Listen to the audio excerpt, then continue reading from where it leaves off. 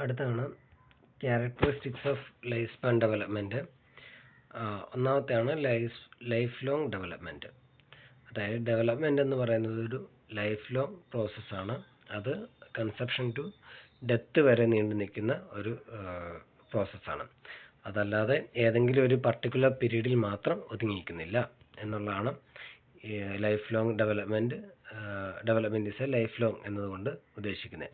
ഇപ്പം അതിന് ഉദാഹരണം പറയുകയാണെങ്കിൽ, ഇപ്പം നമുക്ക് ലേണിംഗ് ന്യൂ സ്കില്ല് നമുക്ക് ഏത് ഏജ് വേണമെങ്കിലും നമുക്ക് അത് പഠിക്കാൻ വേണ്ടി പറ്റുന്നതാണ്. ഇപ്പോൾ ടെക്നോളജി ആയിട്ട് നമ്മൾ അഡാപ്റ്റ് ചെയ്യുന്നു, ഏതൊരു ഏജിലുള്ള ആൾക്കും ചെയ്യാൻ വേണ്ടി പറ്റുന്നതാണ്. അപ്പോൾ അത് ഡെവലപ്മെൻറ്റ് എന്ന് പറയുന്നത് ലൈഫ് ലോങ് പ്രോസസ്സാണ്. അടുത്താണ് മൾട്ടി ഡയമെൻഷണൽ ഡെവലപ്മെൻറ്റ്. അതായത് ഡെവലപ്മെൻറ്റ് എന്ന് പറയുമ്പോൾ പല ഡയമെൻഷൻസ് അതിനകത്ത് ഉണ്ടാവുന്നുണ്ട്.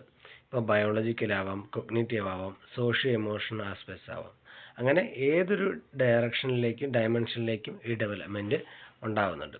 ഇപ്പോൾ ഉദാഹരണം പറയുകയാണെങ്കിൽ ബയോളജിക്കൽ ഡയമെൻഷൻ ആണെങ്കിൽ ഫിസിക്കൽ ചേഞ്ചസ്, ഇപ്പോൾ പ്യൂബർട്ടി ഒക്കെ ആകുമ്പോൾ ഉണ്ടാകുന്ന ചേഞ്ചസും അതുപോലെ തന്നെ വാർദ്ധക്യത്തിലുണ്ടാകുന്ന ചേഞ്ചസൊക്കെ ബയോളജിക്കൽ ഡയമെൻഷന് ഉദാഹരണമാണ്. കൊഗ്നിറ്റീവ് ഡയമെൻഷൻ എന്ന് പറയുമ്പോൾ നമ്മുടെ memory, problem solving ability, intellectual capacity, അല്ലെങ്കിൽ ലാംഗ്വേജ് ഡെവലപ്മെൻറ്റ്, ഇതൊക്കെ എന്ന് പറയുമ്പോൾ കൊഗ്നിറ്റീവ് ഡയമെൻഷനകത്ത് വരുന്നതാണ്. ഇനി അടുത്താണ് ഈ സോഷ്യോ ഇമോഷണൽ ഡയമെൻഷൻ എന്ന് പറയുന്നത്.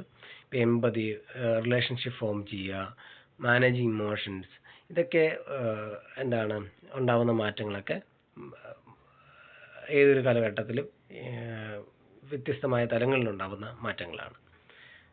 ഇനി അടുത്താണ് മൾട്ടി ഡയറക്ഷണൽ ഡെവലപ്മെൻറ്റ്. അതായത് നമ്മുടെ ഡെവലപ്മെൻറ്റ് എന്ന് പറയുന്നത് ഒരേ ഡയറക്ഷനിൽ പോകുന്നതല്ല, പല ഡയറക്ഷൻ അതിനകത്ത് ഉണ്ടാകുന്നു. അപ്പോൾ there is no fixed path for development, it can take various direction.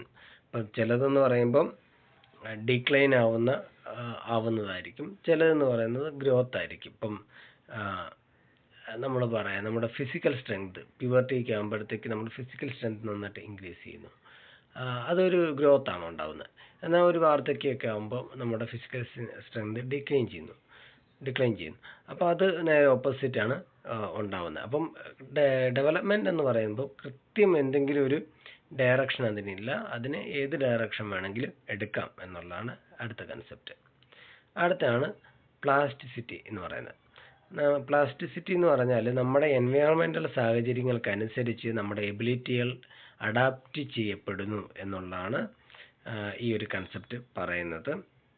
അപ്പോൾ ഒരു ഉദാഹരണം പറയുകയാണെങ്കിൽ, ബ്രെയിൻ ഒരു കപ്പാസിറ്റി ഉണ്ട്. അപ്പോൾ ബ്രെയിനിൻ്റെ ഏതെങ്കിലും ഒരു റീജിയൻ ഡാമേജ് ആയി പോയിട്ടുണ്ടെങ്കിൽ കുറച്ച് കാലം കഴിയുമ്പം അതിൻ്റെ ഫങ്ഷനും കൂടി ബാക്കിയുള്ള ഏരിയാസ് ഏറ്റെടുത്ത് മുന്നോട്ട് പോരും. അപ്പം അങ്ങനെയുള്ള ഡെവലപ്മെൻറ്റ് എന്ന് പറയുമ്പം അങ്ങനെയും കൂടിയുള്ള ഒരു പ്ലാസ്റ്റിസിറ്റി കപ്പാസിറ്റി ഉള്ളതാണ് ഡെവലപ്മെൻറ്റ് എന്ന് പറയുന്നത്. അടുത്താണ് നോർമേറ്റീവ് ഹിസ്റ്ററി ഗ്രേഡഡ് ഇൻഫ്ലുവൻസ് എന്ന് പറയുന്നത്.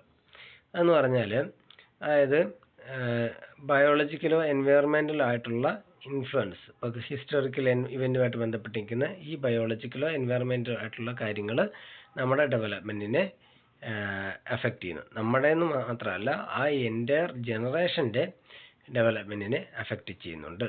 അപ്പം അതിനെയാണ് നമ്മൾ നോർമേറ്റീവ് എന്നുകൊണ്ട് ഉദ്ദേശിക്കുന്നത്. അതായത് ഒരു ജനറേഷനെ മൊത്തം, അതായത് ആ ഒരു കാലഘട്ടത്തിൽ ആ ഒരു സമയത്ത് ജീവിച്ചിരുന്ന മുഴുവൻ ആളുകളെയും ഒരേപോലെ ഇൻഫ്ലുവൻസ് ചെയ്യുന്ന കാര്യങ്ങളെയാണ് നമ്മൾ നോർമേറ്റീവ് എന്നുകൊണ്ട് ഉദ്ദേശിക്കുന്നത്. അപ്പം നോർമേറ്റീവ് ഹിസ്റ്റോറിക്കൽ ഗ്രേഡഡ് ഇൻഫ്ലുവൻസ് എന്ന് പറഞ്ഞാൽ ആ ഒരു ഹിസ്റ്റോറിക്കൽ കാലഘട്ടത്തിൽ മൊത്തം ആളുകളെ ഇൻഫ്ലുവൻസ് ചെയ്ത ഈവൻറ്റിനെയാണ് നമ്മൾ ഉദ്ദേശിക്കുന്നത്.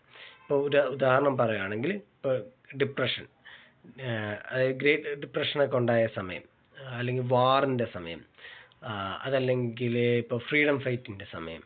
അപ്പോൾ ഇതൊക്കെ എന്ന് പറഞ്ഞാൽ മൊത്തം ആളുകളെ ഒരേപോലെ തന്നെ ഇൻഫ്ലുവൻസ് ചെയ്യുന്ന കാലഘട്ടമാണ്. അടുത്താണ് നോൺ നോർമേറ്റീവ് ഈവൻറ്റ് എന്ന് പറഞ്ഞാൽ just opposite to normative graded event എന്നാണ് നോൺ നോർമേറ്റീവ് ഈവൻറ്റ് എന്ന് പറയുന്നത്. അതായത് ഒരു ഇൻഡിവിജ്വലിൻ്റെ ജീവിതത്തിൽ സ്പെസിഫിക് ആയിട്ടുണ്ടാകുന്ന ചില ഈവൻറ്റുകൾ, അപ്പം അത് അയാളുടെ ജീവിതത്തെ വളരെയധികം സ്വാധീനിക്കുന്നുണ്ട്. ഇപ്പം ഒരു ഉദാഹരണം പറയുകയാണെങ്കിൽ, ഏർലി പേരൻ്റൽ ലോസ്, അതൊരു കുട്ടിക്ക് മാത്രം ഉണ്ടാകുന്ന ഒരു കാര്യമാണ്. അത് മൊത്തം ജനറേഷനെ ബാധിക്കുന്ന ആ കുട്ടിയുടെ മാത്രം. അത് ഈ ഏർലി പേരൻ്റൽ ലോസ് ആ കുട്ടിയുടെ ഡെവലപ്മെൻറ്റിനെ വളരെ കാര്യമായിട്ട് തന്നെ ബാധിക്കുന്ന ഒരു കാര്യമാണ്. ഇനി അടുത്താണ് ഡെവലപ്മെൻറ്റ് ഈസ് കോണ്ടെക്സ്ച്വൽ. അതായത് നമ്മുടെ ഡെവലപ്മെൻറ്റ് ഉണ്ടാവുന്നത് നമ്മുടെ സോഷ്യൽ കൾച്ചറൽ ആയിട്ടുള്ള നമ്മുടെ കോണ്ടെക്സ്റ്റ്, നമ്മൾ ജീവിച്ചിരിക്കുന്ന കോണ്ടെക്സ്റ്റിനെ ബേസ് ചെയ്തായിരിക്കും. അത് നമ്മുടെ ഡെവലപ്മെൻറ്റിനെ വളരെയധികം ബാധിക്കുന്നുണ്ട്. ഇപ്പം അർബൺ സൊസൈറ്റിയിലോ അല്ലെങ്കിൽ റൂറൽ സൊസൈറ്റിയിൽ ജീവിക്കുന്ന രണ്ട് കുട്ടികളിലെ ഡെവലപ്മെൻറ്റ് രീതികൾ രണ്ടും വ്യത്യസ്തമായിരിക്കും. ഓക്കെ, ഇനി ഡെവലപ്മെൻറ്റ് ഈസ് മൾട്ടി ഡിസിപ്ലിനറി. അതായത് നമുക്ക് ഡെവലപ്മെൻറ്റ് അണ്ടർസ്റ്റാൻഡ് ചെയ്യണമെങ്കിൽ നമുക്ക് എന്ത് വേണം? പല സബ്ജക്റ്റുകളിലുള്ള ഒരു ഇൻസൈറ്റ് ഉണ്ടായിരിക്കണം. സൈക്കോളജി മാത്രം പോരാ, ബയോളജി ഉണ്ടാവണം, എൻവയോൺമെൻറ്റൽ സ്റ്റഡീസ്, സോഷ്യോളജി ഉണ്ടാവണം, ന്യൂറോ സൈക്കോളജി ഉണ്ടാവണം, ന്യൂറോ സയൻസ് ഉണ്ടാവണം, ലിംഗ്വിസ്റ്റിക് ഉണ്ടാവണം. അങ്ങനെ പല മേഖലയിലുള്ള അറിവുണ്ടെങ്കിൽ മാത്രമേ നമുക്ക് ഹ്യൂമൻ ഡെവലപ്മെൻറ്റിനെ സംബന്ധിച്ച് അണ്ടർസ്റ്റാൻഡിങ് ഉണ്ടാവത്തുള്ളൂ. ഇനി അടുത്താണ് development involves growth, maintenance and regulation. Growth എന്ന് പറഞ്ഞാൽ നമ്മുടെ പുതിയ സ്കില്ലുകളൊക്കെ നമ്മൾ അക്വയർ ചെയ്യുന്നതിനെയാണ് ഗ്രോത്ത് എന്നതുകൊണ്ട് ഉദ്ദേശിക്കുന്നത്. അതായത് നമുക്ക് ഉള്ള സ്കില്ലുകൾ നമ്മൾ പ്രിസർവ് ചെയ്തതിനെയാണ് നമ്മൾ മെയിൻ്റെനൻസ് എന്നുകൊണ്ട് ഉദ്ദേശിക്കുന്നത്. അടുത്താണ് റെഗുലേഷൻ എന്നുകൊണ്ട്. അപ്പം നമ്മുടെ ഫിസിക്കൽ എമോഷണൽ ആയിട്ടുള്ള ഹെൽത്തിനെ നമ്മൾ മാനേജ് ചെയ്തു പോകുന്നതിനെയാണ് നമ്മൾ റെഗുലേഷൻ എന്നുകൊണ്ട് ഉദ്ദേശിക്കുന്നത്. അപ്പോൾ ഈ 3 കാര്യങ്ങളും കൂടെ നമ്മൾ എന്താണ് ഒരു ബാലൻസിൽ കൊണ്ടുപോവുക എന്നുള്ളതാണ് ഡെവലപ്മെൻറ്റിൻ്റെ ഒരു പ്രധാനപ്പെട്ട ഒരു ക്യാരക്ടർ ആയിട്ട് വരുന്നത്. ഇനി അടുത്താണ് development is embedded in history. നമ്മുടെ historical context shape and development എന്നാണ് പറയുന്നത്. അതായത് ഏത് നമ്മൾ ടൈം പീരീഡിലാണ് നമ്മൾ ജീവിച്ചിരിക്കുന്നത് അത് നമ്മുടെ ഡെവലപ്മെൻറ്റിനെ കാര്യമായിട്ട് തന്നെ ഇൻഫ്ലുവൻസ് ചെയ്യുന്നു. ഇപ്പോൾ ടെക്നോളജിക്കൽ അഡ്വാൻസ് ആയിട്ടുള്ള സമയങ്ങളിൽ ജനിക്കുന്ന കുട്ടികൾക്ക് എന്താണ് അയാളെ ടെക്നോളജിക്കലി അഡ്വാൻസ്ഡ് ആയിട്ടുള്ള ഒരു സൊസൈറ്റിയിൽ അല്ലെ ഒരു സമയത്ത് ജനിക്കുന്ന ഒരു കുട്ടിക്ക് ആ ടെക്നോളജിയിലെ അഡ്വാൻസ്മെൻ്റ് ഒക്കെ തന്നെ അയാളുടെ ഡെവലപ്മെൻറ്റിനെ ഇൻഫ്ലുവൻസ് ചെയ്യുന്നുണ്ട്. ഇനി അടുത്താണ് നോർമേറ്റീവ് ഏജ് ഗ്രേഡഡ് ഇൻഫ്ലുവൻസ്. നമ്മൾ മുമ്പേ നോക്കിയ നോർമേറ്റീവ് ഹിസ്റ്ററി ഗ്രേഡഡ് ഇൻഫ്ലുവൻസ് ആണ്. ഇത് അടുത്തതാണ് നോർമേറ്റീവ് ഏജ് ഗ്രേഡഡ് ഇൻഫ്ലുവൻസ് എന്ന് പറയുന്നത്. അതായത് ഓരോ ഏജ് ഗ്രൂപ്പിലും ഉള്ള കുട്ടികൾക്ക് അല്ലെങ്കിൽ ആളുകൾക്ക് പ്രത്യേകമായിട്ടുള്ള ചില മാറ്റങ്ങൾ ഉണ്ടാവും. അത് എല്ലാവർക്കും ഉണ്ടാവുന്ന മാറ്റങ്ങളാണ്. ഇപ്പം പറയുകയാണെങ്കിൽ ഹോർമോണൽ ചേഞ്ചസ്, പ്യൂബർട്ടി സമയത്തുണ്ടാകുന്ന ഹോർമോണൽ ചേഞ്ചസ്, ആ പ്യൂബർട്ടി സമയമാകുമ്പോൾ എല്ലാ ആളുകൾക്കും ഒരേപോലെ ഉണ്ടാകുന്ന മാറ്റമാണ്. അപ്പം അതിനെയാണ് നമ്മൾ നോർമേറ്റീവ് ഏജ് ഗ്രേഡഡ് ഇൻഫ്ലുവൻസ് എന്ന് പറയുന്നത്. ഇനി അടുത്തതിലേക്ക് പോകാം, ഫാക്ട്സ് ഓഫ് ഡെവലപ്മെൻറ്റ്. അതായത് ഒന്നാമത്തെ ഫാക്റ്റാണ് ഏർലി ഫൗണ്ടേഷൻസ് ആർ ക്രിട്ടിക്കൽ. അതായത് നമ്മുടെ കുഞ്ഞുനാളിലുള്ള നമ്മുടെ ഫൗണ്ടേഷൻസ് അത് വളരെ പ്രധാനപ്പെട്ട കാര്യമാണ്. ഇപ്പോൾ പല തിയറീസും ഫ്രോയിഡിൻ്റെ അടക്കമുള്ള പല തിയറീസും പറയുന്നത് ഇത് തന്നെയാണ്. ചൈൽഡ്ഹുഡ് ഡെവലപ്മെൻറ്റ് അല്ലെങ്കിൽ ചൈൽഡ്ഹുഡ് എക്സ്പീരിയൻസ് ഒക്കെ വളരെയധികം നമ്മുടെ ജീവിതത്തിൽ ബാധിക്കുന്നുണ്ട് എന്നുള്ളതാണ്. അതേ കോൺസെപ്റ്റ് തന്നെയാണ് ഏർലി ഫൗണ്ടേഷൻസ് ആർ ക്രിട്ടിക്കൽ എന്നതുകൊണ്ട് ഉദ്ദേശിക്കുന്നത്. ഇനി അടുത്തതാണ് role of maturation and learning. എന്താണ് മച്ചുറേഷൻ? മച്ചുറേഷൻ എന്ന് പറഞ്ഞാൽ unfolding of an individual's inherited traits. അതായത് ഓരോ സമയമാകുമ്പം എന്തൊക്കെ ഡെവലപ്മെൻ്റ് ആണോ ഉണ്ടാവേണ്ടത് അത് ആ ഒരു സമയമാകുമ്പോൾ അൺഫോൾഡ് ചെയ്ത് വരും. ഓക്കെ, ഇപ്പം ഒരു 9 months ഒക്കെ ആകുമ്പോഴത്തേക്ക് കുട്ടിക്ക് നടക്കാനുള്ള ഒരു ടെൻഡൻസിയോ എബിലിറ്റിയോ ഉണ്ടായി വന്നിരിക്കും എന്നുള്ളത്. അതൊരു മച്ചുറേഷൻ പ്രോസസ്സാണ്. എന്താണ് ലേണിംഗ് എന്ന് പറയുന്നത്? നമ്മുടെ എൻവയോൺമെൻറ്റൽ സാഹചര്യങ്ങൾക്കനുസരിച്ച് നമ്മൾ ഒരു കാര്യം അക്വയർ ചെയ്യുന്നതിനാണ് നമ്മൾ ലേണിംഗ് എന്ന് പറയുന്നത്. അപ്പം role of maturation and learning എന്നതുകൊണ്ട് ഉദ്ദേശിക്കുന്നത് നമ്മുടെ ഡെവലപ്മെൻറ്റിനകത്ത് മച്ചുറേഷനും റോളുണ്ട്, ലേണിങ്ങിനും റോളുണ്ട്. ഏതെങ്കിലും ഒന്ന് മാത്രമല്ല, രണ്ടും കൂടെ ഒരുമിച്ച് വന്നെങ്കിൽ മാത്രമേ ഉള്ളൂ നല്ല ഡെവലപ്മെൻറ്റ് ഉണ്ടാവത്തുള്ളൂ. ഓക്കെ, പിന്നെ അടുത്താണ് ഡിഫിനിറ്റ് ആൻഡ് പ്രെഡിക്റ്റബിൾ പാറ്റേൺ. നമ്മുടെ ഡെവലപ്മെൻറ്റിന് കൃത്യമായിട്ടൊരു പാറ്റേൺ നമുക്ക് പറയാനായിട്ട് പറ്റും. അങ്ങനത്തെ 2 പാറ്റേണുകളാണ് സെഫാലോ കോസാഡൽ ലോയും പ്രോക്സിമോ ഡിസ്റ്റൽ ലോയും.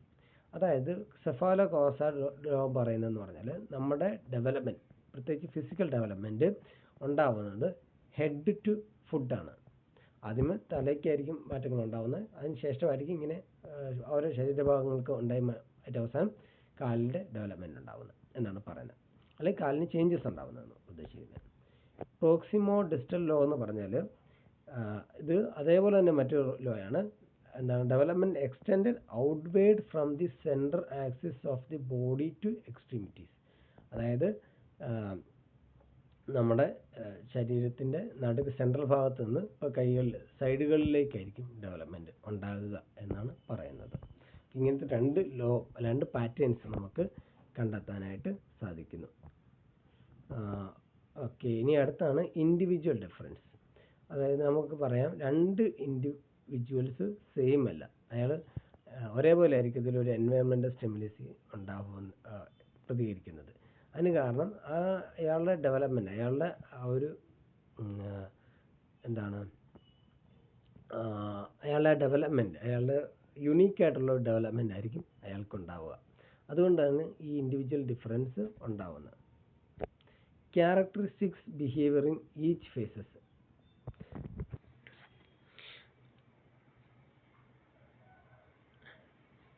അതായത് ഇത് പറയുന്നതെന്ന് പറഞ്ഞാൽ characteristics behaviour in each phases. Developmental phases exhibit characteristics behaviour. അത് രണ്ട് തരത്തിലുള്ള ബിഹേവിയറാണ് കാണിക്കുക.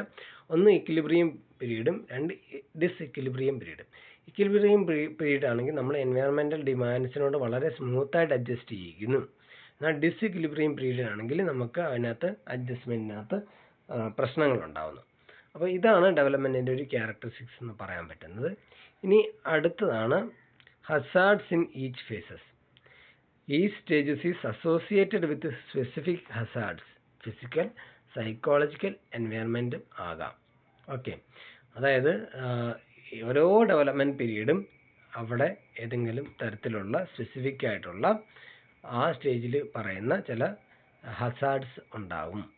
ഓക്കെ, ഇതിനകത്തുണ്ടാവുന്ന നമ്മുടെ ഈ ഹസാർഡ്സിൽ ഉണ്ടാവുന്ന അവയർനെസ് നമ്മുടെ ഡെവലപ്മെൻറ്റിനെയും നമ്മുടെ അഡ്ജസ്റ്റ്മെൻറ്റിനെയും പോസിറ്റീവായിട്ട് ഇൻഫ്ലുവൻസ് ചെയ്യുന്നുണ്ട്. ഇപ്പം ഡെവലപ്മെൻറ്റ് തിയറീസ് നമ്മൾ നോക്കുക.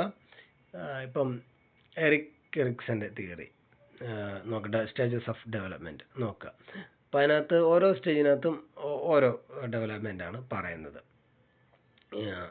ഓക്കെ, അപ്പം അത് ഓരോ സ്റ്റേജിലും ഓരോരോ മാറ്റങ്ങൾ, ഓരോരോ ചലഞ്ചസ് ഉണ്ടാവുന്നു എന്നാണ് പറയുന്നത്. ഇനി അടുത്താണ് സ്റ്റിമുലേഷൻ എയ്ഡഡ് ഡെവലപ്മെൻറ്റ്. അതായത് while maturation and experience drive development, intentional stimulation enhance potential. അതായത് നമുക്ക് മച്ചുറേഷനും എക്സ്പീരിയൻസ് ഒക്കെ തന്നെ നമ്മുടെ ഡെവലപ്മെൻറ്റിന് പറ്റുന്ന ഒരു സാഹചര്യം ഉണ്ടാക്കുന്നു. പക്ഷേ നമ്മുടെ എൻവയറമെൻറ്റൽ സ്റ്റിമുലസ്, എൻവയറമെൻറ്റിൻ്റെ ഒരു സാഹചര്യം വേണ്ട രീതിയിൽ അല്ലെങ്കിൽ ആ ഡെവലപ്മെൻറ്റിനത് ബാധിക്കുന്നു. അപ്പം സ്റ്റിമുലേഷന് നമ്മുടെ ഡെവലപ്മെൻറ്റിന് വലിയൊരു പങ്കുണ്ട്. ഇപ്പോൾ സ്റ്റിമുലേഷൻ എന്നതുകൊണ്ട് ഉദ്ദേശിക്കുന്നത്, ഇപ്പം ഒരു കുട്ടി ലാംഗ്വേജ് പഠിക്കാനായിട്ടുള്ള പ്രായമുണ്ട്. അവിടെ പഠിക്കുമ്പോൾ ആ കുട്ടിയുടെ ലാംഗ്വേജ് ഡെവലപ്മെൻറ്റിന് വേണ്ടുന്ന കപ്പാസിറ്റി ആ ഒരു പീരീഡിൽ ഏറ്റവും റെഡി ആയിട്ട് നിൽക്കുകയായിരിക്കും. അപ്പോൾ എൻവയറമെൻറ്റൽ ഒരു റിച്ച് ആയിട്ടുള്ള ഒരു എൻവയറമെൻ്റ് അല്ല ഉണ്ടാവുന്നെങ്കിൽ, അപ്പം ലാംഗ്വേജ് ഡെവലപ്മെൻറ്റിന് പറ്റുന്ന റിച്ച് ആയിട്ടുള്ള ഒരു എൻവയറമെൻ്റൽ ഉണ്ടാവുന്നെങ്കിൽ ഡെവലപ്മെൻറ്റിന് അത് നെഗറ്റീവായിട്ട് ഇൻഫ്ലുവൻസ് ചെയ്യും. ഇപ്പോൾ ഒരു കുട്ടി വളർന്ന ഒരു ന്യൂക്ലിയർ ഫാമിലിയിലാണ്, അവിടെ അച്ഛനും അമ്മയും മോളും ഉള്ളൂ.